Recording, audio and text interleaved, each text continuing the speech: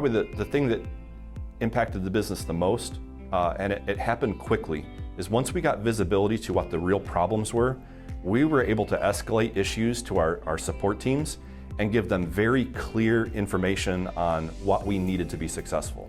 So instead of vague discussion about this supplier is struggling, we were able to tell our support functions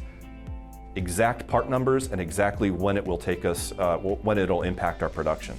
So we've seen a really improved throughput of material, which has led to more units out the door. In the end, we've seen about a 38% overall improvement in our production, and a large percentage of that is the communication and collaboration and that orchestration of data into one place so that everybody understands what